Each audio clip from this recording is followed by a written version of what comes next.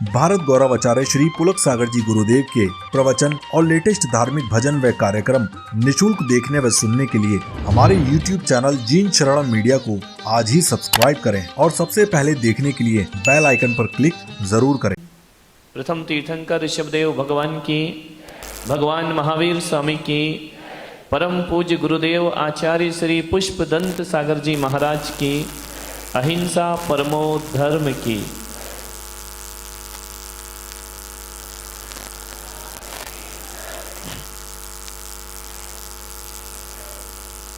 प्यारी प्यारी भव्यात्माओं,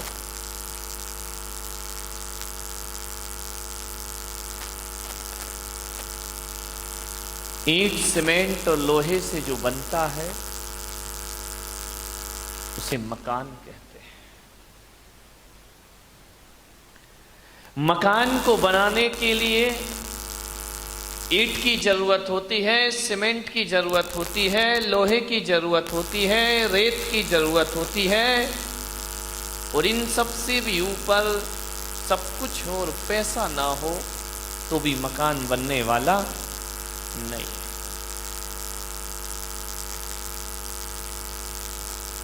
एक होता है मकान और एक होता है घर।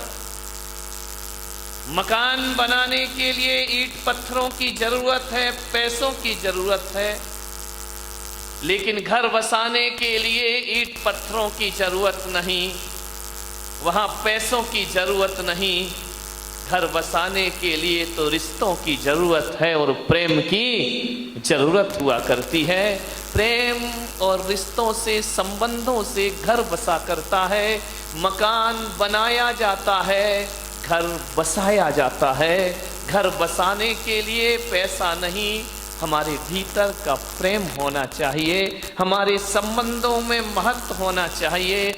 मकान वो है जिसमें सुंदर फर्नीचर लगता है, मकान वह है जिसमें कीमती पर्दे लगाए जाते हैं, मकान वह है जिसे सजाया जाता है, और घर वह है जहाँ कीमती फर्नीचर नहीं, वहाँ पर्दों से शोभा नहीं हुआ करती है। जहाँ पर दादा दादी, नाती पोते, बेटे बहू और चाचा ताऊ रहा करते हैं, उसे घर कहा करते हैं, उसे घर कह करके बुलाया जाता है। मकान सजाना पड़ता है और घर संवारना पड़ता है। ध्यान रखिए, घर को संवारने की कला सीखना है। मान्यवर, वह समूह जहां भावनाएं हो, जहां संवेदनशीलताएं हो, जहां त्याग हो, जहां बलिदान हो, जहां एक दूसरे के मान सम्मान का ध्यान रखा जाए, उस समूह को मैं परिवार का नाम दिया करता हूं। वह परिवार समझा जाता है। परिवार, ध्यान रखना मान्यवर, परिवार बिखर रहा है, मकान बन रहा है। परिवारों को संभालने की कला सीखिए। आखिर दो भाइयों के बीच ऐसा क्या घट जाता है, ऐसी कौन सी बात आ जाती है कि एक भाई दूसरे भाई का दुश्मन बन के खड़ा हो जाता है? ऐसा क्या बात मन में आ जाती है बड़े होते होते कि एक भाई कहता है ये धंधा तेरा है और एक भाई कहता है ये धंधा मेरा? परिवार बट जाता है, धंधे अलग अलग हो जाते हैं, व्यापार बट जाते हैं। मुझे समझ नहीं आता कि एक खून इतना भी बट जाया करता है कि एक दूसरे से बोलना और देखना भी पसंद नहीं। ये हालात है हमारे देश के। भाई भाई में झगड़े हैं, बेटे और पिता की नहीं बनती है, और हम धर्म की बड़ी गहरी गहरी बातें किया करते हैं। मान्यवर, जिस परिवार में दो भाई साथ साथ रहा करते हैं, जिस परिवार में चार भाई साथ साथ रहा करते हैं, जिस परिवार में एक दूसरे के बच्चे ये नहीं बताते कि ये मेरे चाचा का लड़का है, ये मेरे ताऊ का लड़का है, वह परिवार जिसमें दादा दादी भी साथ रहा करते हैं। एक बात ध्यान रखना, धरती का इससे बड़ा स्वर्ग दुनिया में कोई दूसरा नहीं हुआ करता है। और जहां भाई भाई से बोलचाल ना हो, जहां देवरानी जिठानी एक दूसरे से देखना पसंद ना करें, माँ बाप के रहते रहते दो भाई अलग हो जाएं, तो इससे बड़ा नरक दुनिया में कोई दूसरा नहीं हुआ करता। नरक है वो परिवार जहां रिश्ते आपस में बात नहीं किया करते हैं। कभी कब्रिस्तान को देखा है? देखना किसी शमशान को, कब्रिस्तान को, वहां एक कब्र में एक कब्र दूसरी कब्र से ज्यादा दूर नहीं होती है। कितनी 1 फीट 2 फीट दूर होगी। एक मुर्दा लेटा है, उसके बाजू में दूसरा मुर्दा लेटा है, फिर थोड़ा चलो तीसरा मुर्दा लेटा है।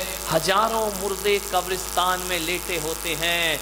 लेकिन कभी एक बात ध्यान रखना, ये कब्रिस्तान में लेटे हुए मुर्दे केवल लेटे रहते हैं, एक दूसरे से बात नहीं किया करते हैं, एक दूसरे से संवाद नहीं किया करते हैं, एक दूसरे की तरफ देखा नहीं करते हैं। तो जिस घर में 4 भाई एक दूसरे से बात करने को तैयार ना हो, तो वो घर घर नहीं, मेरी नजरों में कब्रिस्तान हुआ करता है। अरे कब्रिस्तान में तो फिर भी ध्यान रखना, मुर्दा लेटे होते हैं, लेकिन घरों में यदि बोलचाल नहीं है तो आदमी जीती जागती लाश सा जीवन जिया करता है। जिंदगी उसकी मुर्दों की तरह हुआ करती है, बोलचाल नहीं है, एक दूसरे से बात नहीं करते हैं।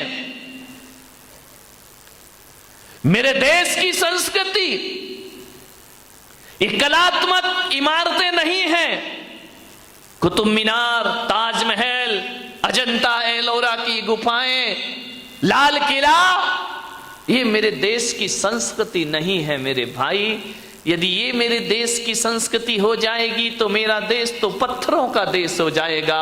लेकिन भारत पत्थरों का देश नहीं, ये संवेदनाओं का देश है, ये दिलों का देश हुआ करता है। हमारी पहचान क्या है? हमारी पहचान है मेरे देश की धरती सोना उगले उगले हीरे मोती। कौन सा सोना उगलती है इस देश की धरती? कौन सा हीरा मोती उगलती है इस देश की धरती? हाँ, इस देश की धरती ने ये कंकड़ पत्थरों के हीरे मोती को महत्व नहीं दिया। मेरे देश की धरती तो ऐसे हीरे उगला करती है, ऐसे मोती उगला करती है, ऐसे जवाहरात इस दुनिया को दिया करती है, जहां एक पिता यदि वचन दे देता है अपनी पत्नी को, तो मेरे देश का हीरा 14 वर्ष को वनवास स्वीकार कर लिया करता है। एक माँ पिता के वचनों को, ये हीरे हैं, ये कंकड़ पत्थर वाले हीरे मोती नहीं है। ध्यान रखना, असली हीरा वो जो पिता के वचनों की खातिर 14 वर्ष का वनवास स्वीकार कर लिया करता है। मान्यवर, दशरथ ने वचन दिए थे रानी कैकेयी को। विचार करिए आप, उसकी जगह आज का बेटा होता तो कहता कि आपने अपनी पत्नी को वचन दिया है, उसे मैं क्यों भोगूं, मैं क्यों वनवास जाऊं, मैं क्यों जंगल जाऊं। आप पत्नी के प्रेम में पत्नी को वचन दे गए और बेटा वनवास जाएगा। और वो भी ध्यान रखना, कितना महान हीरे मोती थे वो, जिन्होंने ये भी नहीं कहा कि कौन सा तुमने हमारी सगी मां को वचन दिया है, अरे सौतेली मां को वचन दिया है, उसे निभाने हम क्यों जाएंगे, हम क्यों तुम्हारे नहीं कहा। असली हीरे मोती ये हैं हमारे देश के, ध्यान रखिए। चल दिए राम लक्ष्मण वन की ओर बिना कोई प्रश्न किए। मान्यवर, धन दौलत से परिवार नहीं चलता, भाईचारे से परिवार चला करता है। ध्यान रखिए, भाईचारा होना चाहिए हमारे। देखो, ताली बजाना है ढंग से बजाओ, नहीं बजाना तो मत बजाओ। अब बजा भी रहे हो, आलस भी आ रहा है, जरा अच्छी बात लगे, दिल को छुए तो बजाइए, नहीं तो कोई जरूरी नहीं है। ध्यान रखिए मान्यवर, विचार करना है कैसे कैसे भाई हमारे देश में हुए हैं। ये परिवार यदि चलेगा तो भाईचारे से चलेगा, अनुशासन से परिवार नहीं चलता है। प्रेम अनुशासन से परिवार चला करता है। अनुशासन में भी प्रेम होना चाहिए, डांट में भी प्रेम होना चाहिए। ध्यान रखिए, यदि प्रेम को खत्म कर दिया तो जिंदगी बड़ी बोझिल हो जाएगी। अनुशासन में भी प्रेम जोड़ दिया जाए तो अनुशासन अनुशासन नहीं बल्कि प्रेम अनुशासन बनकर के खड़ा हो जाया करता है। मान्यवर, आपसे निवेदन है, यदि दो भाई अलग अलग हो जाएंगे, माता पिता से अलग रहोगे, तो एक बात बताओ बारामती वालों, कि तुम पर अंकुश कौन लगाएगा? तुम्हारी पत्नी पर अंकुश कौन लगाएगा? तुम्हारी जिंदगी को मर्यादित कौन करेगा? आज बुजुर्ग हैं, इसलिए हमारे घर में मान मर्यादाएं, संस्कार और इज्जत बरकरार हुआ करती है, वरना कब की अदब इस दुनिया से गायब हो गई।